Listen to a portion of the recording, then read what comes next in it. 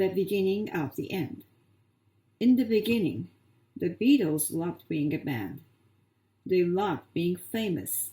They went from being four poor teenagers to world stars. Fans adored them, and they had more money than they could ever hope to spend. John bought a Rolls-Royce. It had a television and refrigerator in it.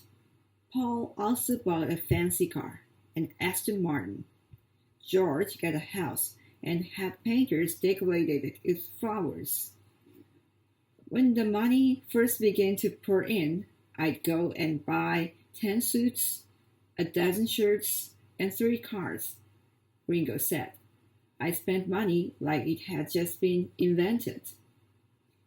As time passed, they began to see the sour side of being so successful, of being the Beatles. They were expected to spend all their time together. They were friends, sure, but they were getting older. They had families now, and didn't want to just hang out with the guys. So, slowly, they started to drift apart. They were already dressing differently. The times were changing. It would have been silly for the Beatles to show up in their matching colorless suits. The Beatles made sure to keep up with the latest styles. John let his hair grow long. He also grew a thick beard. He took to wearing a white suit. George and Ringo grew mustaches. Paul tried growing one, though he didn't keep it up for long. They wore clothes with lots of styles and lots of colors. This is how the hippies dressed. The band had done about 20 albums, more than 220 songs. Their next project was to record an album and make a movie at the same time. The idea was to show the world how the group worked so well together. Instead, Let It Be showed how tired the Beatles were of one another. Paul wanted to start playing concerts again, but nobody else did. George wanted more of his songs to appear on the album. The other Beatles said no.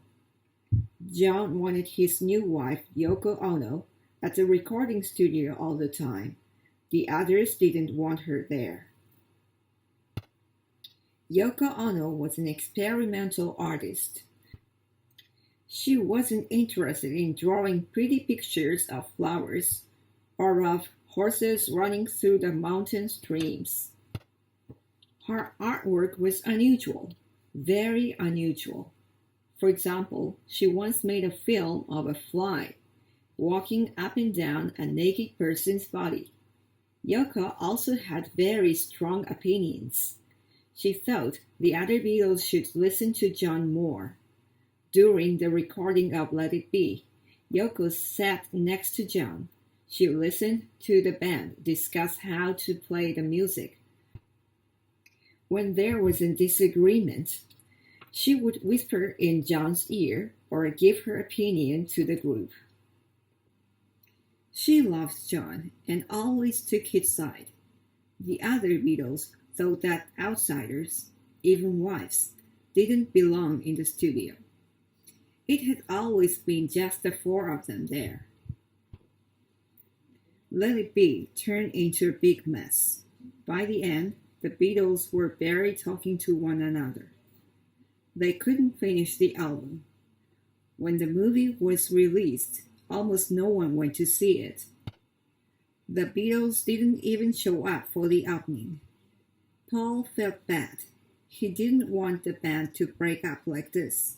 Yes, they had grown apart, but they still cared about one another. Paul convinced his bandmates to make one more album.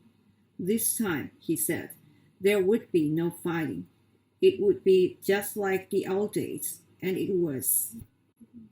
They named that album Abbey Road, after the address of their recording studio.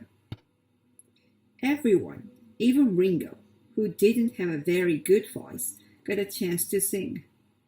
The album was released and almost immediately it went to number one on the charts. Critics everywhere raved about its beauty. Then news came that stunned the world.